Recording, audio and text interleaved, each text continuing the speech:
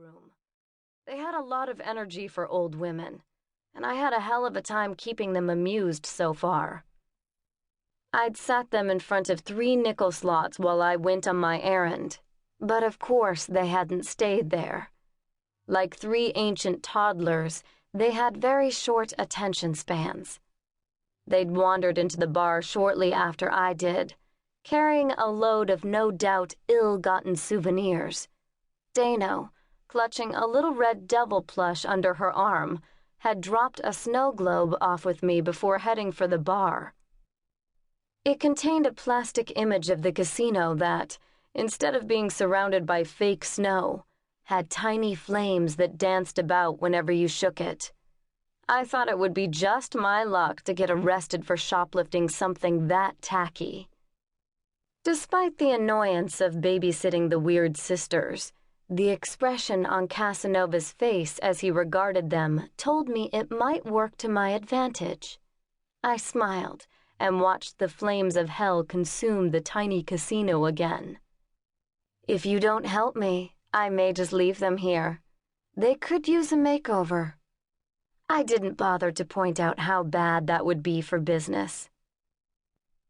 Casanova winced and tossed back the rest of his drink, giving me a glimpse of a strong, tanned throat under the loose collar of his dress shirt. Technically, of course, he wasn't the historical Casanova. Possession by an incubus demon tends to increase mortal lifespan, but not that much. The Italian cleric who was remembered for having unmatched success with the ladies died centuries ago, but the reason for his reputation lived on. And there was nothing to complain about in his newest incarnation. I had to regularly remind myself that I was here on business, and he wasn't even trying. "I don't care about your problems," he told me fiercely. "How much to take them away?" "This isn't a money matter. You know what I want." I tried to discreetly pull the tight satin shorts I was wearing into a more comfortable position, but I think he noticed. It's hard to look intimidating in a sequined devil costume complete with pointed tail. Sinful scarlet did not go well with my strawberry blonde curls and whitest of white girl's complexion. I looked like a Cupid doll trying to play tough guy. No wonder he wasn't impressed. But I'd had to think of some way to reach him without being recognized, and borrowing a costume from the employee locker room had seemed like a good idea at the time. Casanova lit a tiny cigarette with a brushed gold lighter. "If you have a death wish, that is your affair, but I won't put my head in a noose by crossing Antonio. The man is psychotic about revenge. You should know." Considering that Tony, a master vampire and my old guardian, was at the head of the list of people who wanted me in an urn on their mantle, I couldn't argue the point.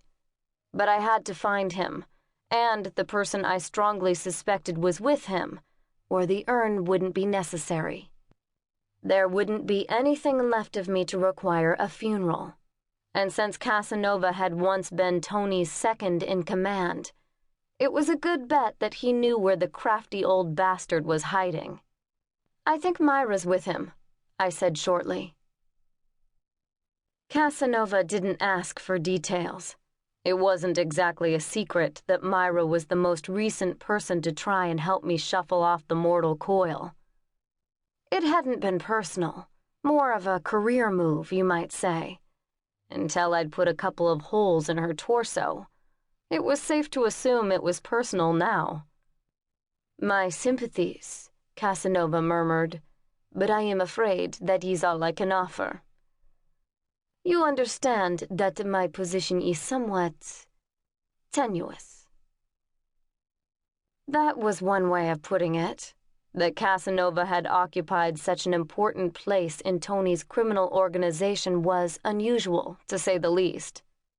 Demons are normally considered unwanted competition by vampires, but incubi aren't exactly tops on the demonic power scale. In fact, most other demons view them as something of an embarrassment.